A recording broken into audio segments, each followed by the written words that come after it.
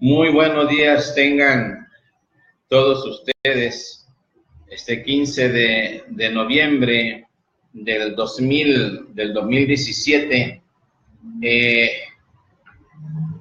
estamos transmitiendo desde una de las aulas del Instituto de Estudios para el Desarrollo del Ser y hemos estado a través de cerca de 8 sesiones revisando el tema del síndrome depresivo, un tema por demás, como ya lo hemos visto, complejo, muy complejo, y que ya hemos visto de que las condiciones que llevan a vivir a nuestro pueblo y sobre todo a la mujer esta condición de depresión no es más que el fracaso, en todo caso, del Estado mexicano para satisfacer única y exclusivamente lo que está establecido en las leyes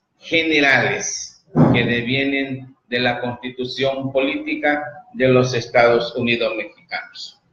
El afán simplón, cerrado, de querer entender la depresión exclusivamente desde una visión médica, creo que ha limitado terriblemente la comprensión de este terrible problema. ¿Sí?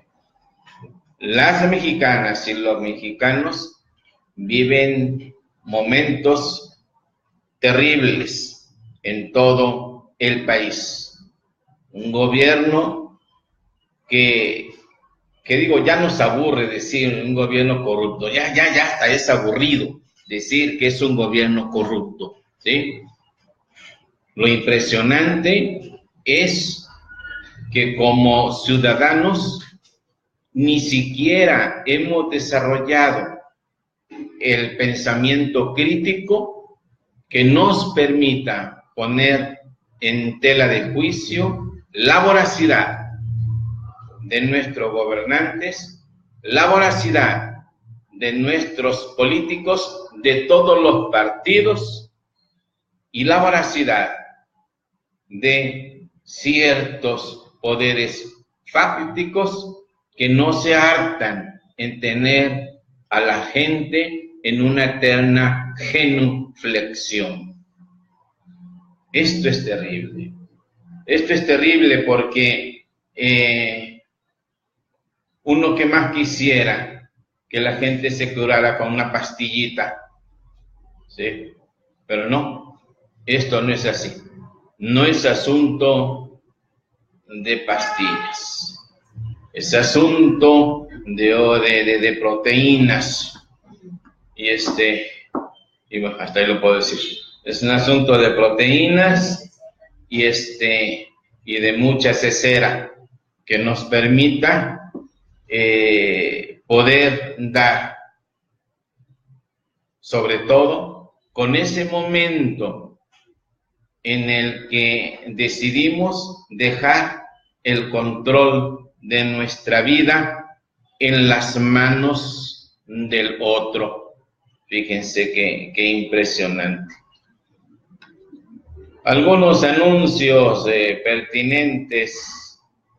El primero, que vamos a la Feria del Libro el 26 de noviembre. Organizamos ahí un viaje en una camioneta Sprinter de una empresa que nos ha atendido muy bien cada año.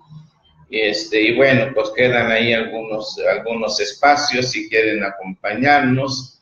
Vamos a la Feria del Libro y en la tarde cada quien lo dedica a estar aquí y allá y nos volvemos más o menos como a las 7 de la noche.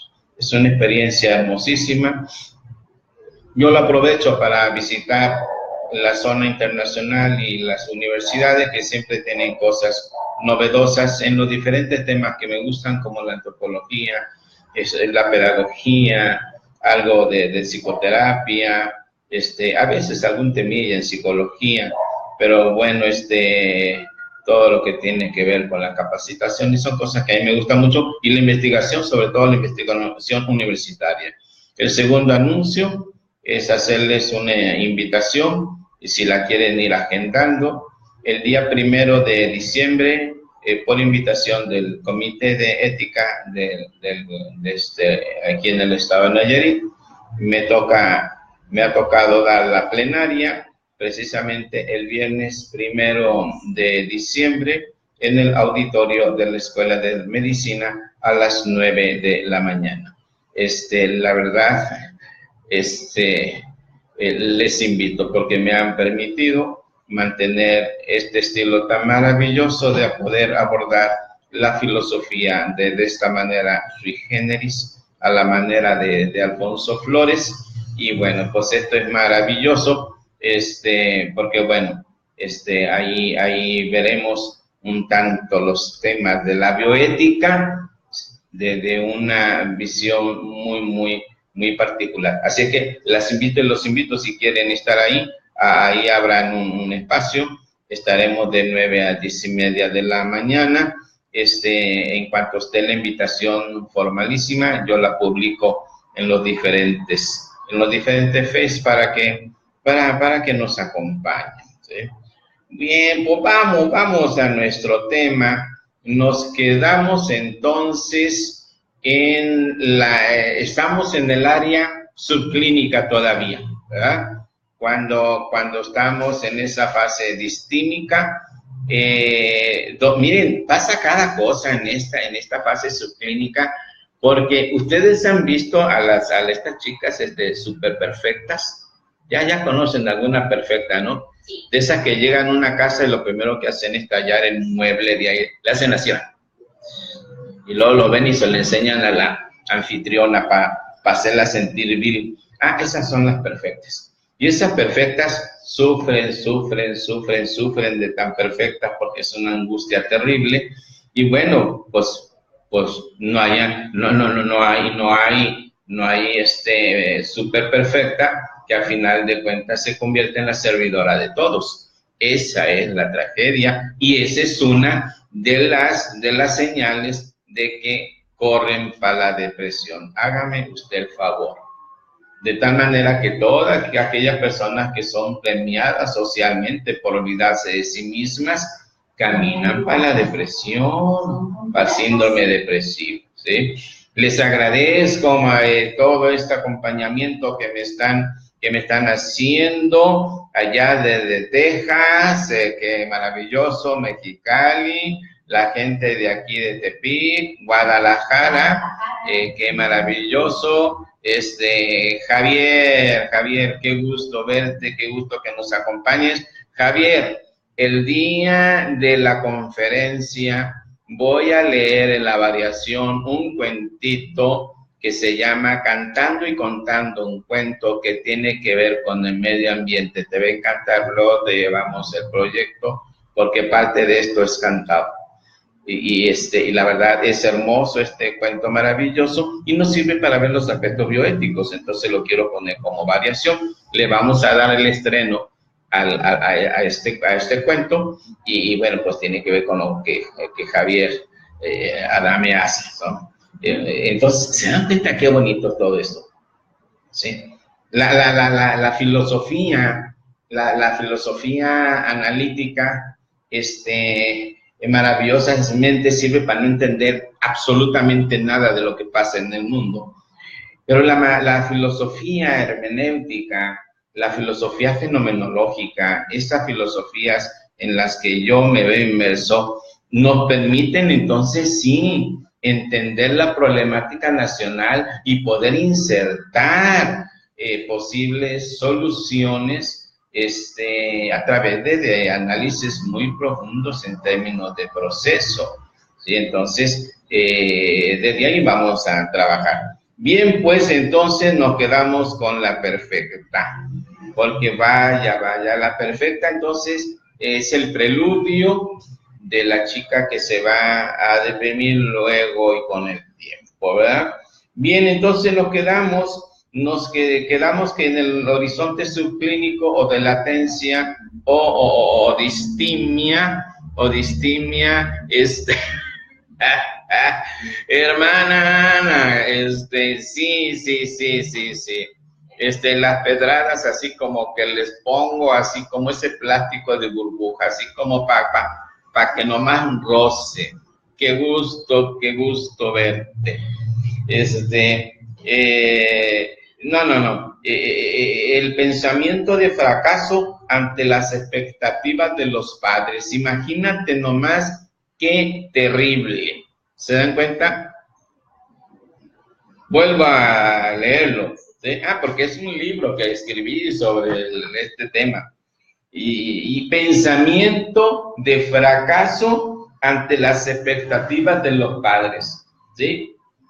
El niño ve a su mamá llorando, porque, claro, la otra llora porque las cosas no salieron, no sucedieron como ella esperaba, o su entidad amorosa no hizo lo que ella esperaba, y entonces llora. Y su hijo de 5 años la ve llorar. Y entonces el niño se acerca y le dice, mami, ¿por qué sufres? Y ella le dice, no estás para saberlo. Y entonces el niño dice, mami, ¿en qué te puedo ayudar? Fíjate nomás, un infante, ¿en qué te puedo ayudar? Y entonces dice la doña, déjame ver, bárrame el patio. Con eso se me baja la tristeza. Sí, se dan cuenta.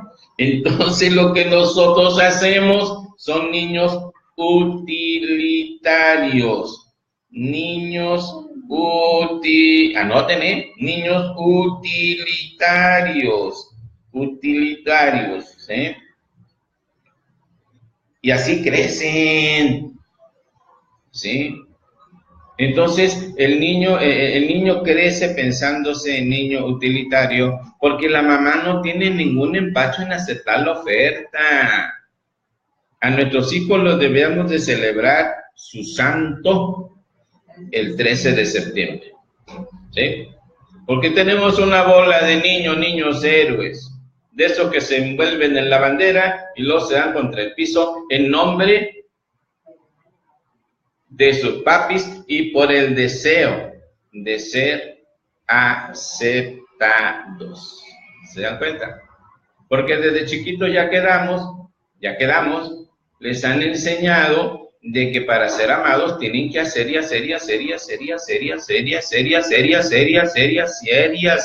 ser. ¿Se dan cuenta? Si no los van a querer, acuérdense. Entonces, las niñas y los niños, y por supuesto los adultos con remanentes de fe infantil, están convencidos de que tienen que funcionar como sus padres o sus tutores esperan. Cualquier error será ocasión de sentirse terriblemente fracasado. Y tengan en cuenta este tema, justo este tema, el del fracaso. ¿Sí? Porque el fracaso del que yo voy a hablar en todo el resto de esta temática, que parece ser que no van a buscar 10 sesiones. El fracaso del que yo estoy hablando es el fracaso ante el nido, ¿sí? Ante la cazuela, o sea, la casa en despectivo, la cazuela, ¿sí? Sí. Cualquier error será ocasión de sentirse fracasado, aunque haya sido una experiencia agradable y placentera. Puedes ir a una piñata, niña, niño, divertirte, pasártela rico, y justo cuando vuelves sientes una terrible tristeza porque no le has llevado una rebanada de pastel a tu sufrida madre. Y entonces ese momento de placer se convierte en un fracaso ante el nido. ¿Se dan cuenta? Qué hermoso. Sí. Ellos suelen desgastarse pensando en este terrible error. Esto es crucial. De tal manera que la industria cultural, la globalidad, le interesa tener, ¿sí? Le interesa tener niños y adolescentes que se sientan eternamente fracasados, porque esos fracasados van a consumir la de papitas, de refrescos de cola, tarugada y media y sufón. O sea, eso es increíble. Todo a partir de sentirse fracasado. Así es. Sí, sí, sí. Son niños que, como dice Liliana, nunca se van a salir del cuadrito.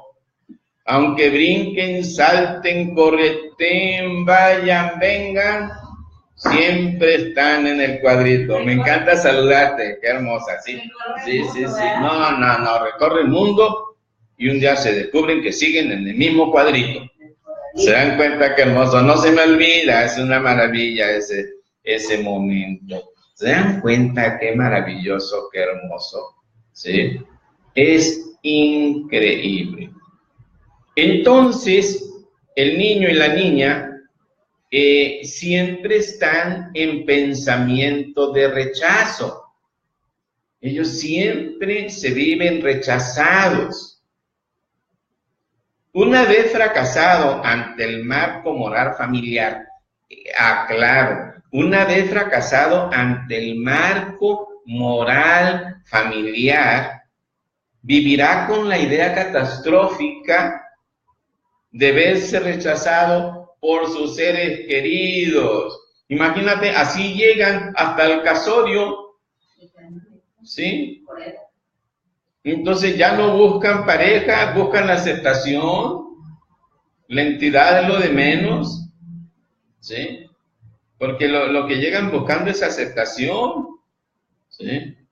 Y luego las doñas les dicen, no busques a quien querer, busca a quien te quiera. Imagínate nomás qué tarugada de cosas les enseñamos a nuestras hijas y a nuestros hijos. Inclusive se rechaza a sí mismo en nombre de ellos. Fíjense qué impresionante. Ya ni siquiera necesita que lo vengan a rechazar. Se rechaza a sí mismo en nombre del otro, su ser querido. Esto es terrible porque nos lleva a otro tema que es impresionante. El Maestro Jesús decía que cuando estás atribulado, cuando quieres organizar tus ideas, dice él, hay que hacer solipsismo. Y ustedes dirán, eso no dice en la Biblia y no lo dice en los evangelios. ¿Qué? Solipsismo. Solipsismo es la capacidad de, en soledad, estar con nosotros mismos. Y el Maestro Jesús, ¿sí?, nos enseñó a hacer ese ejercicio de solipsismo. ¿Se dan cuenta qué hermoso? ¿Para qué? Pues para disfrutar ese momento y reflexionarlo. Y en algún momento dice que para llorar las lágrimas de sangre, y a lo mejor ustedes están llorando y a ver a qué hora les sale una de sangre. No, llorar las lágrimas de sangre es ver, conocer nuestra esencia. Entonces, el Maestro Jesús siempre hablaba en parábola, en metáfora. Entonces, hacemos el ejercicio de solipsismo para conocernos en nuestra esencia, en soledad. Entonces, aquí el Maestro Jesús nos está hablando de una soledad generativa, de una soledad creativa, de una soledad maravillosa, pero en nuestra casa, en nuestro nido, allá en la escasez, nos enseñan a sufrir la soledad.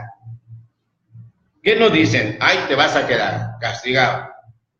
Y por ahí nos encierran en la loba, no sé qué es, cómo se llamaba antes, la comi, ¿te acuerdas? Sí, que cuando doña Marta se enteró de que existe esa cosa, casi le da un infarto y se retiró ese espacio. Pero en muchas instituciones existían ese tipo de apartados. Pues en la casa también, hay un cuarto oscuro, está el patio, hay tantos espacios, acuérdense, donde los encerraban y donde les enseñaron a sufrir la soledad. De tal manera que prefieren estar a un lado de una entidad agresiva, ¿sí? Insegura, enfadosa, dependiente, en lugar de disfrutarse un momento en soledad. Porque no somos capaces, como humanos, de estar en soledad creativa, generosa. ¿Se dan cuenta qué maravilloso? Entonces, por eso un clavo saca otro clavo, nunca son capaces de estar en soledad. ¿Se dan cuenta? Y entonces cualquier zángano o zángana los amenaza de que lo va a dejar. Y no falta cuando ella le dice a él, sin mí no puedes vivir, y lo demás, no se lo puedo decir. Y el otro se la cree 10, 15, 20 años. ¿Se dan cuenta qué impresionante? Cuando el Maestro Jesús ya nos había dicho, si quieres seguirme en esta enseñanza de desarrollo humano que te estoy planteando, vota a tu padre, a tu madre y sígueme. No. Ni votan a la madre, ni votan al padre, ni votan a nadie y van y se esclavizan en la relación con el otro. Y eso lo confunden con amor. ¿Sí? Pues lo acabo de escuchar ahorita en el maravilloso transporte público de la ciudad de Tepic, que uno se sienta a ver si uno escucha Vivaldi. No, hombre, sale cada cosa de música y con estas cosas, ¿verdad? Este tipo de frases aguardientosas, dependientes, enfermizas, morbosas, ¿sí? Que la verdad es increíble. Entonces, una vez que se ha instalado en el pensamiento de rechazo, asocia ahora el pensamiento de soledad. ¿Se dan cuenta qué impresionante? Y no es más que repetir los viejos escenarios. O haces lo que yo diga o te quedas sin mí. ¿Y quién se quiere quedar sin la entidad? Pues nadie, oigan. Si es la única cosa que nos tocó, pues no podemos deshacernos.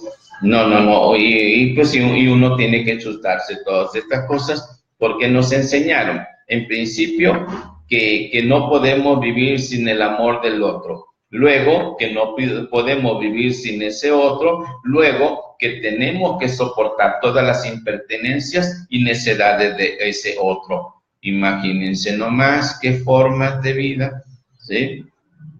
Pero todo esto nos lleva a otro pensamiento. Porque como traemos el núcleo del fracaso muy fresco, así muy por encima, un tanto sensibles, entonces cada vez que la cajeteamos, cada vez que la regamos, cada vez que tenemos una equivocación, ¿sí? Entonces nos sentimos rechazados.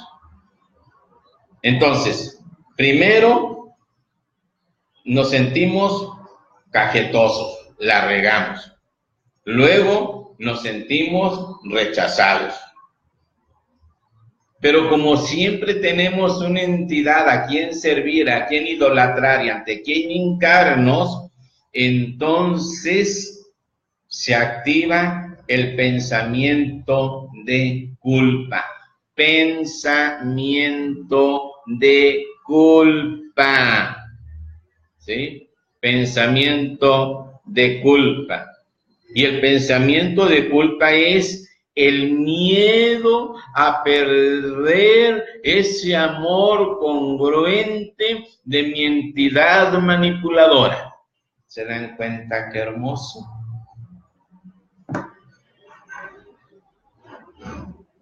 Me voy a resbalar esa frase, permítanme.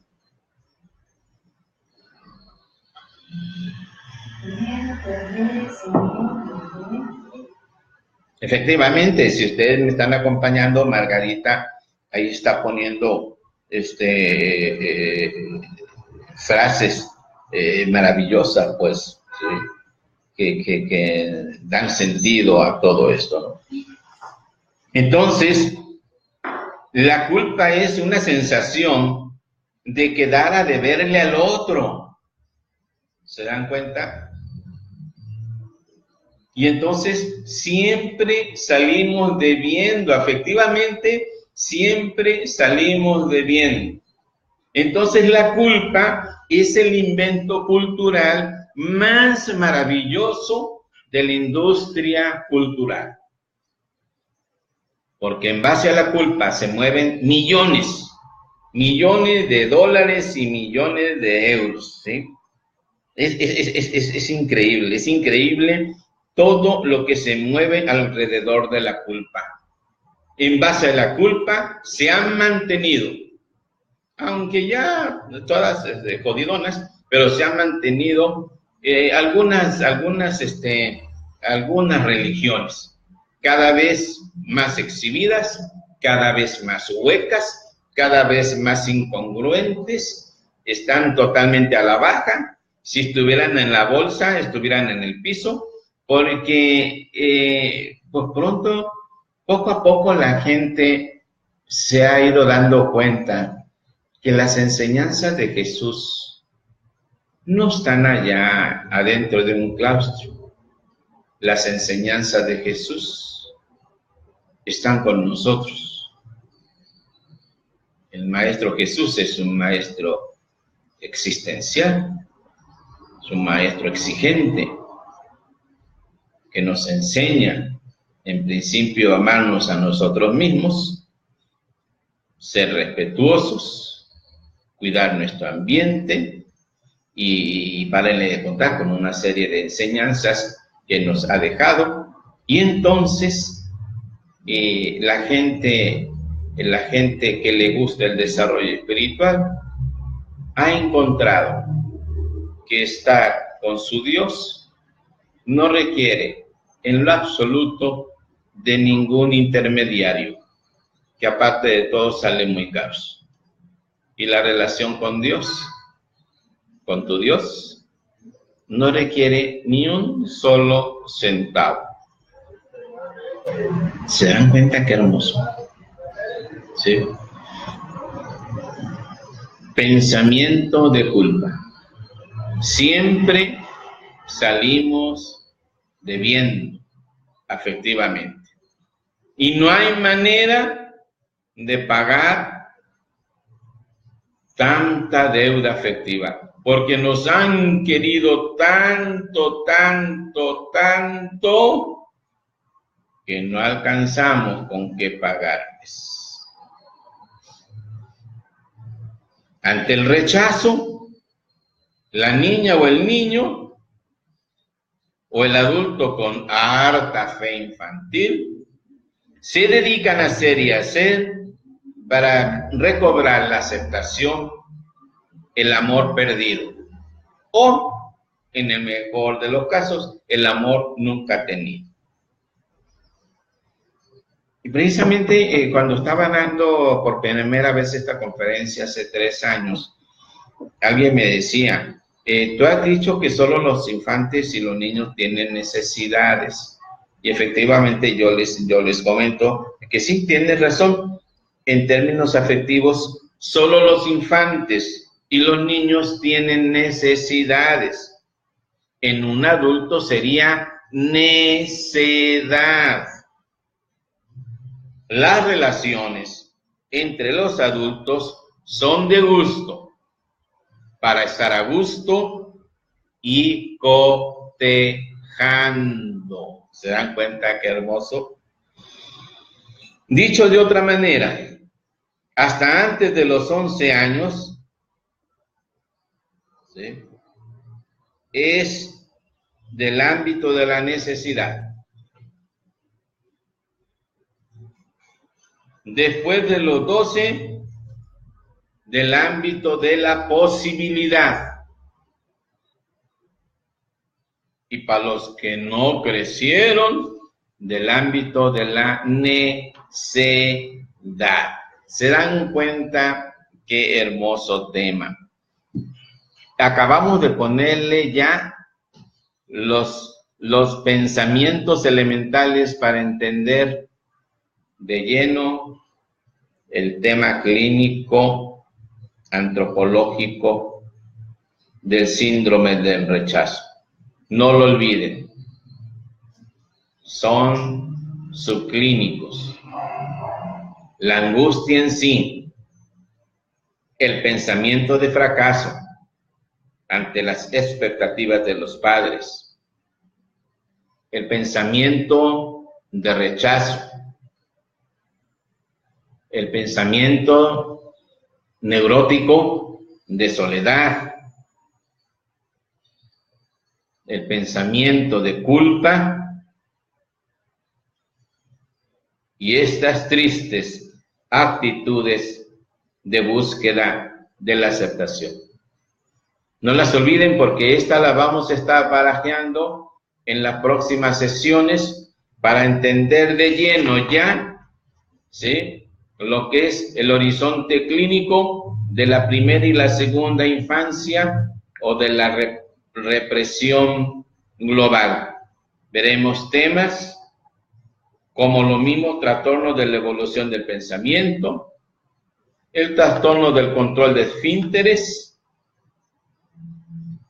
la cosa esa de la hiperactividad y la atención dispersa. Ustedes ya conocen mi opinión, pero la vamos a abundar. Los trastornos estriados posturales. Ya ven los niños que tienen muchos problemas de corte postural y de la marcha.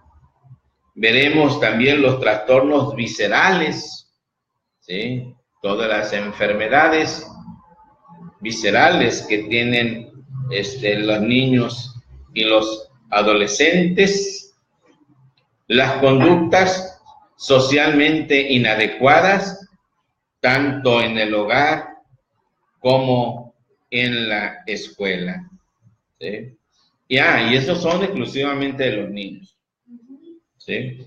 Ya para la adolescencia, veremos el embarazo temprano, los trastornos de las adicciones, los trastornos alimentarios, trastornos de ámbito escolar, algunos nuevos, novedosos trastornos de autoagresión en adolescentes, la vagancia misma, que necesitamos reflexionar. Miren ustedes, por eso cuando uno ve que en ciertas áreas del gobierno se requieren personas con mucha preparación, con estudios diversos, con muchos años de camino clínico, a veces es sorprendente que estén en esos puestos gentes meramente operativas que no entienden en lo absoluto esta terrible temática, ¿sí?